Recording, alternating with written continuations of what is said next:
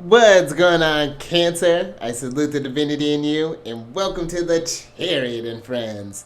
Justin here, and how you feeling? You feeling comfortable, feeling cozy? The moon's at home. She's setting the place up real nice.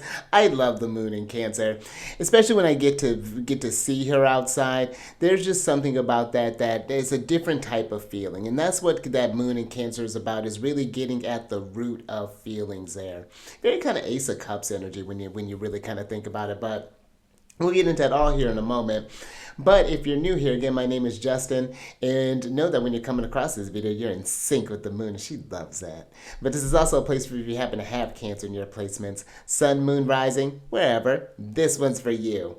And I do tarot card spreads based on that lovely luminary, the good old moon. And I'll talk about what sign she's in, what phase she's in, when she's going to avoid, of course, just all those lunar shenanigans.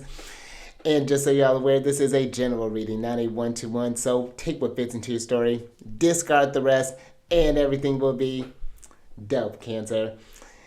Now, let's jump into it. Because, even though considering the day, we're still feeling nice, feeling good.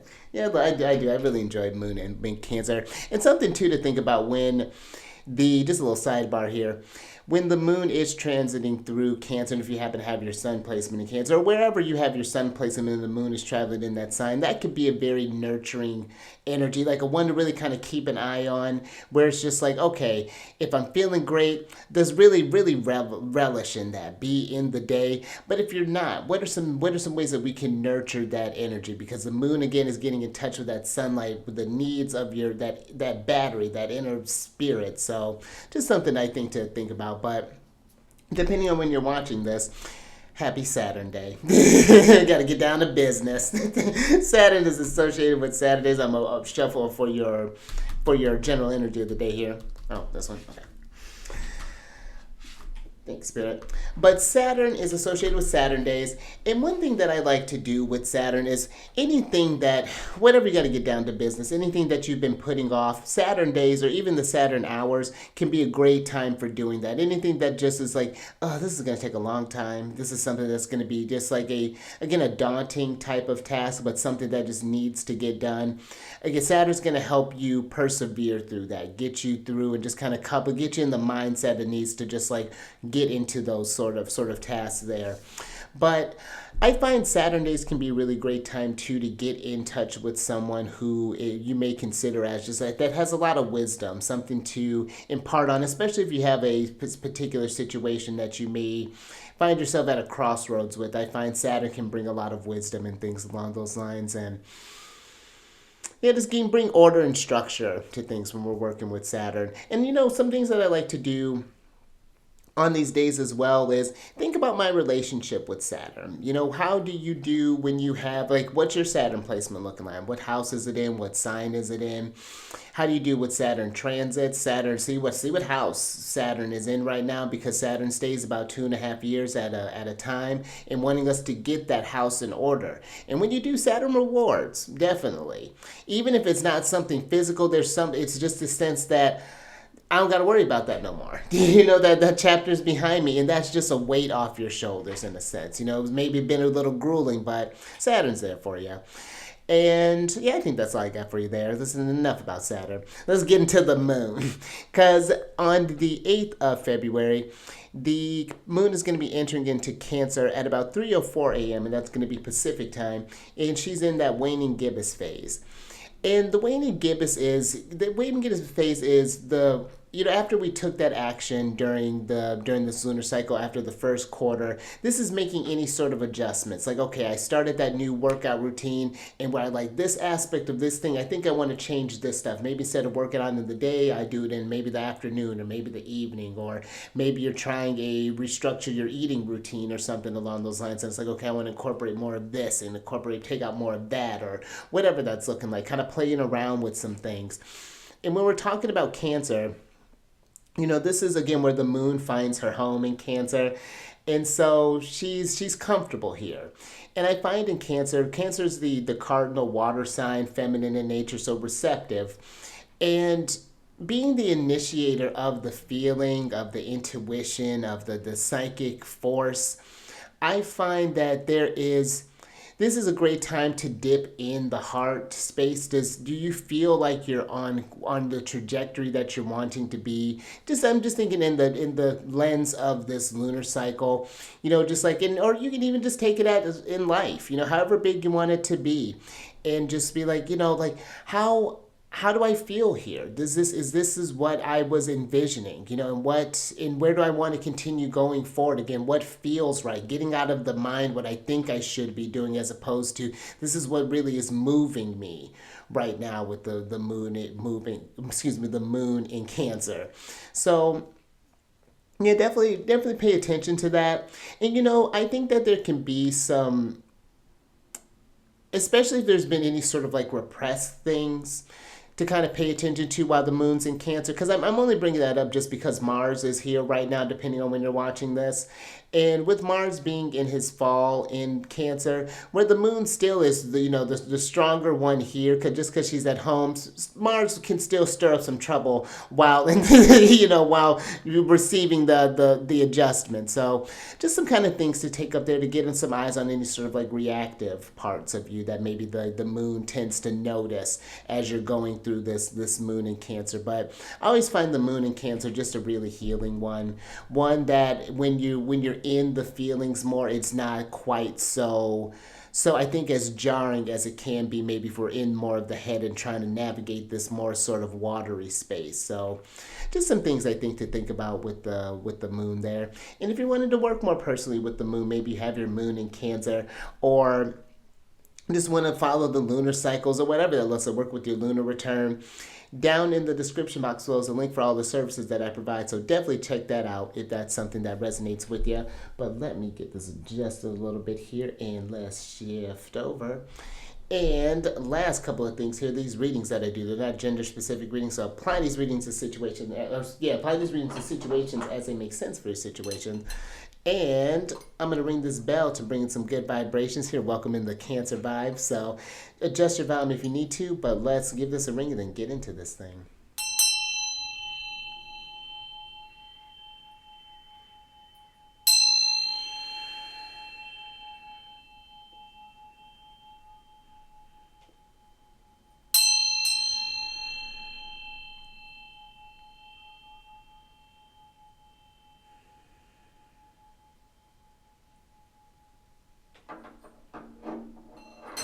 All right. Let's see what's going on here. Ooh, speaking of someone in the mind, you got the King of Swords here. And I find one thing this King of Swords is giving me is giving off a kind of harsh energy. I think that if there are some more kind of hotter emotions that may come up, any sort of like frustrations or anger, annoyances, things along those lines, there's something here. I think one about keeping one's composure. I think with the King of Swords, I think he's not one to just get in a quibble. He's not to get into just like, you know what I mean? Like, I think that this is one definitely like picking and choosing your battles, not because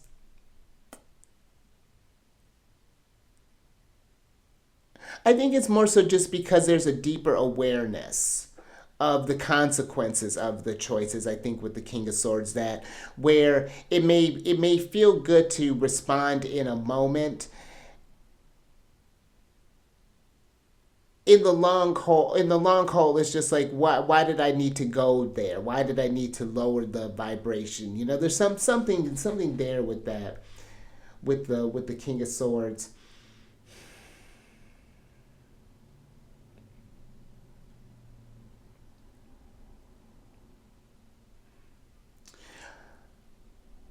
And where the King of Swords is cerebral, there is, I find in air energy, there is a divinatory aspect, an understanding of something.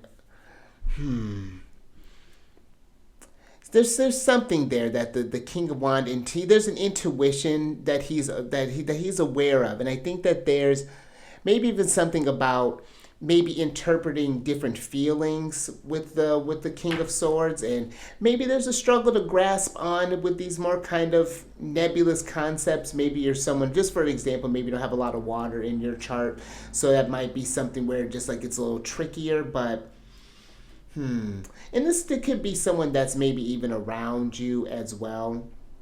Just thinking, just something when we're playing with the court cards here. But let me get some tarot on this and get some details with this king.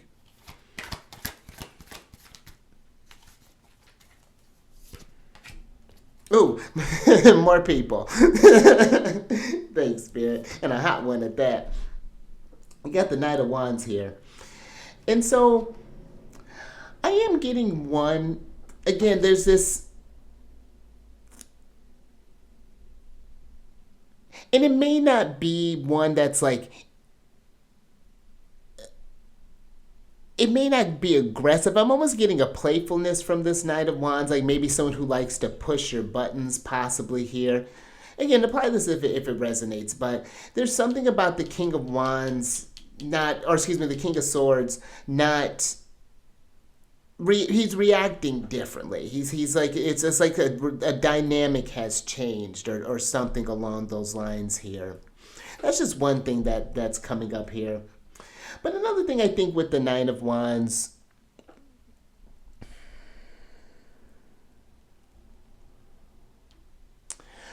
there's almost like a maybe like a striving for something here with the Knight of Wands. And right now, maybe with the King of Swords,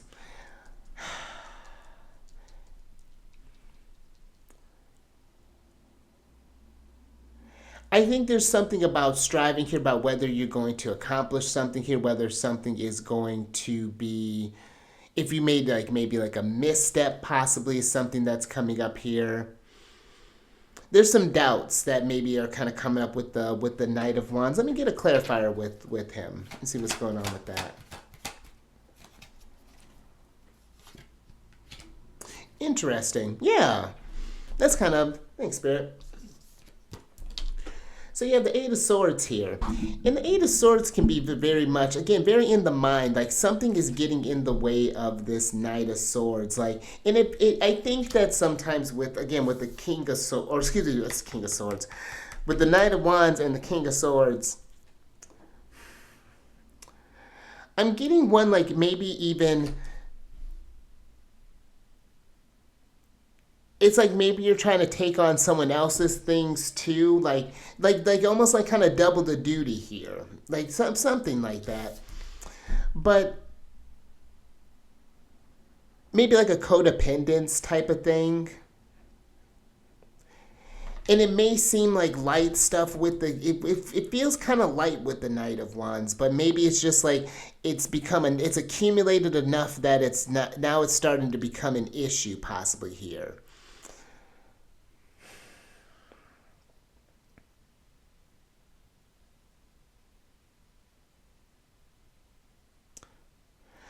But I'm also getting with the Knight, or excuse me, with the King of Swords.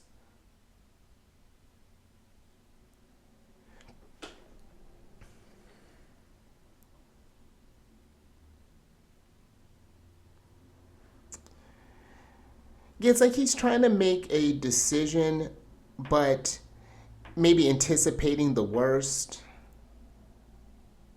and not giving himself enough credit possibly here. Because the King of Swords is smart. The King of Swords is, and I mean not just in, I mean just natural intelligence, just really just kind of good discernment, good common sense, Yeah, and just something seems to be getting in the way of maybe his ambitions, possibly, or like something that's altering a choice. And maybe this is some kind of external sort of influences that are going around that's swaying the decision of certain actions possibly here. Let's get a little bit more on that.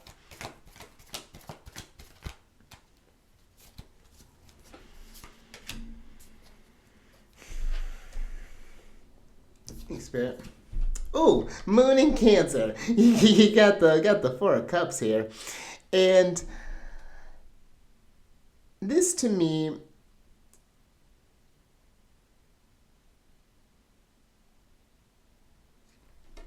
the Four of Cups is a sort of kind of contemplative card, one of reflection of not being able to stay in a certain situation for a period of time. Like it's a something's reached its peak here, and now we're trying to figure out this. Like it's like it's if I had to describe the feeling, it's like it's something's not doing it for you anymore, and now we feel like there's a need for a change here. Something is getting ready to evolve with the four.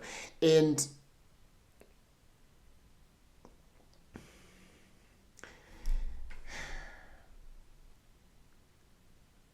maybe that's where I was getting up this sort of like, because there's a coldness to the King of Swords and the King and Queen. They all of them really. They all got some. When they're on one. But I think the King and the Queen, it's more of a, yeah. I'm not quite sure. It's like he's giving off this, not aloofness. It's not quite. I mean, it's almost like an ignoring type of energy. Like the Four of Cups can be this kind of apathetic feeling, but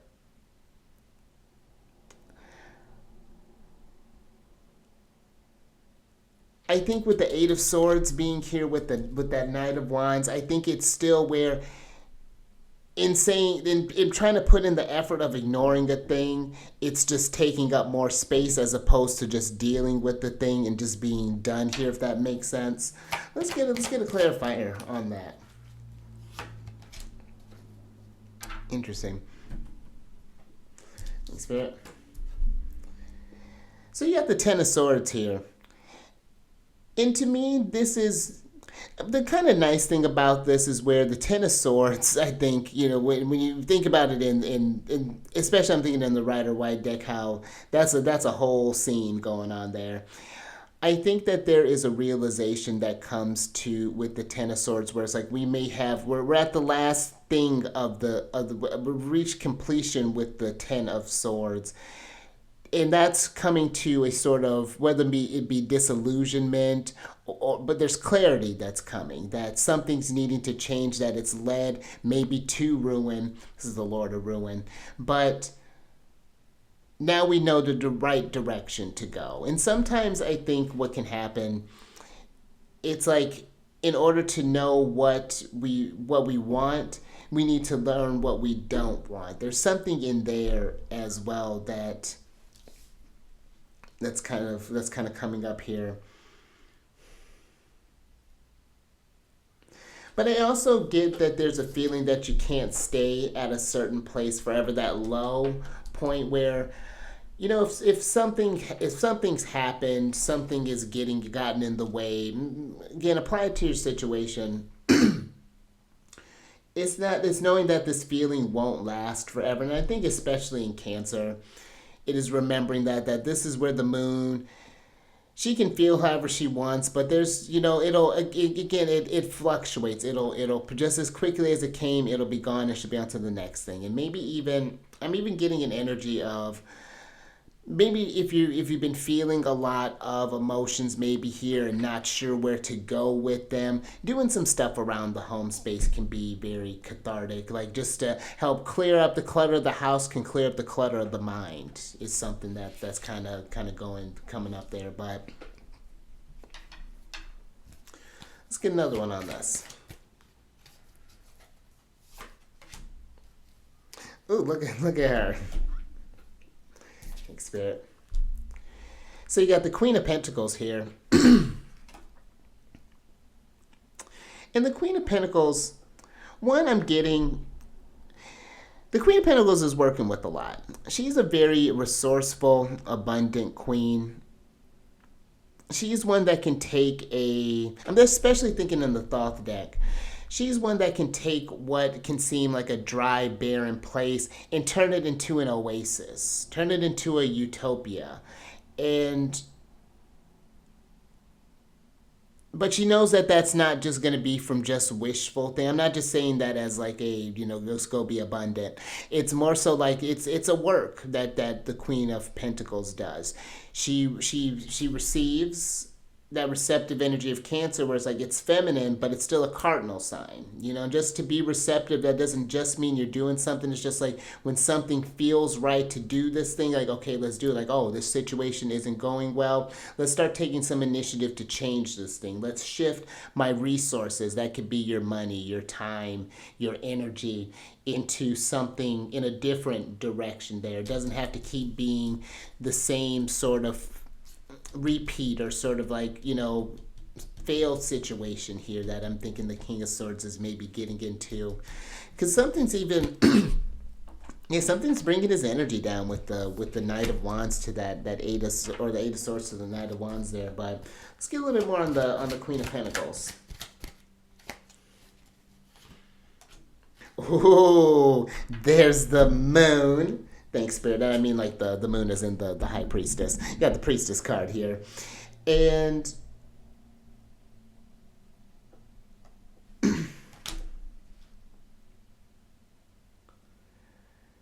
I think there is this tuning in with the High Priestess. I really like the Priestess card here, how she has these waves around her.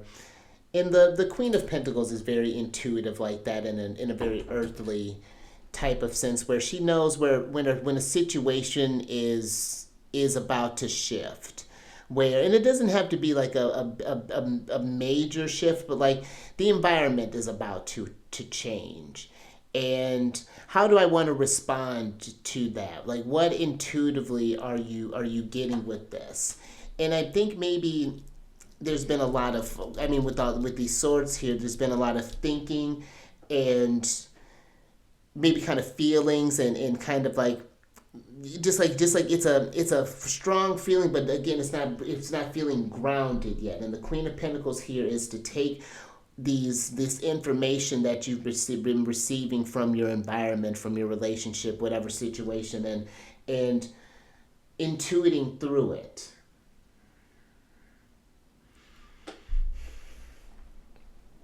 Let's get some advice from the Moon.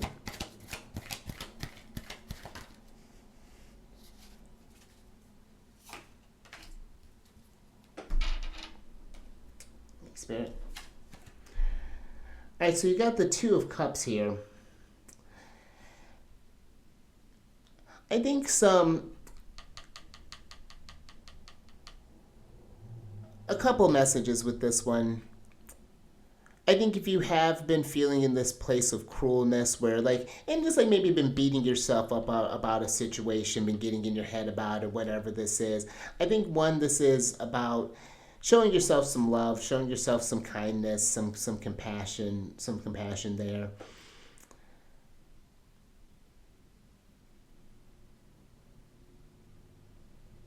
I do think that this is a trajectory shift too. I think like if you haven't been feeling like, yeah, if you haven't been feeling like a situation or something is something's needing to change, and I think you sense that with that Queen of Pentacles and the High Priestess.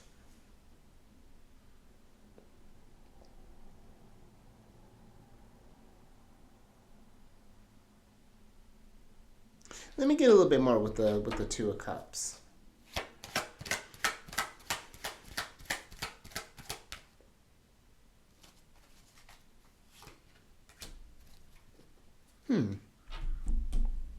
Spirit. All right, so you got the Two of Wands here. And let's go ahead and switch back over.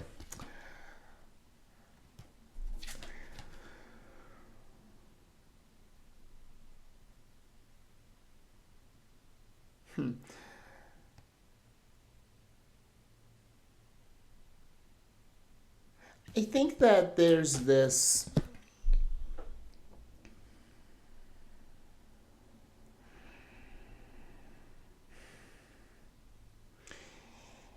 It feels like there's a strong sense that a choice is needing to be made, and it's a feeling, and it's something that is... it's like you know it in your bones that you need to make it, but the mind is maybe again getting in the way of that, of what would need to shift. And this may not just be like a dissolution, because the Two of Cups could be like a relationship. It doesn't have to be even just like the parting of one. This could be the coming together of one, and what the choices that are going to be need to make, like whose houses are we going to live in, you know, like when those all this stuff, like, hey, I got a cat, you got a dog, and, you know, or, you know, like, do you want a pet, you know, just like those sort of things. I think like something is maybe even getting in the way of that, but yeah, something, a decision is needing to be made. And I think right now it's just, again, it's just a feeling, but it's going to need to, that Queen of Pentacles is something that's going to want some sort of results, whether it's you making this choice or maybe someone else is going to come to you, or, you know, maybe it's a situation, again, that may be happening around you, but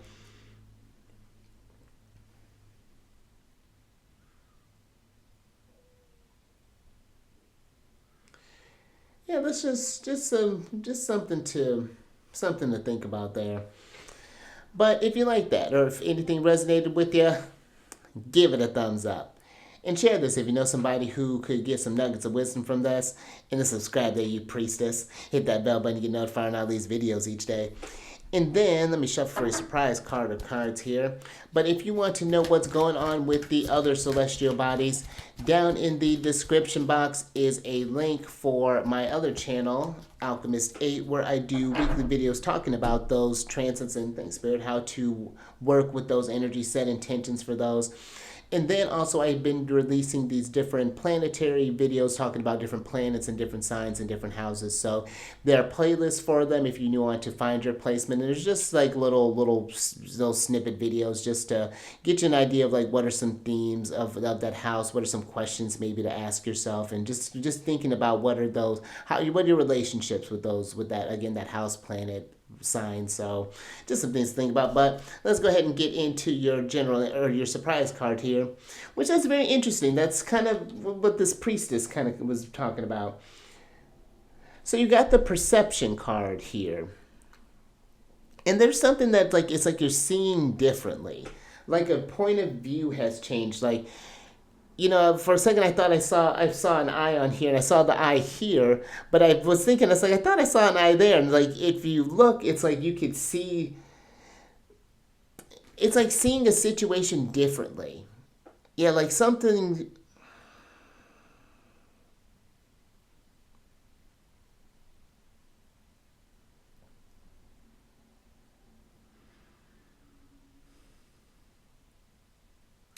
And this feels like a.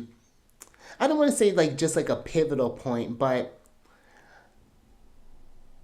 I think it's one of those things that it's like once you realize or once you see, you can't unsee that. Or, you know, like once the bell's been rung, you can't unring it. So it's like something of like a message like that is coming through.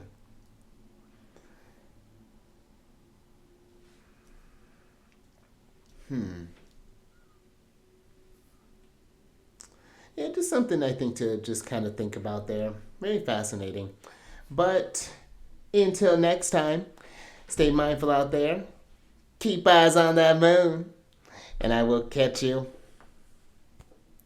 on the next one. When am I going to catch you? Moon Day.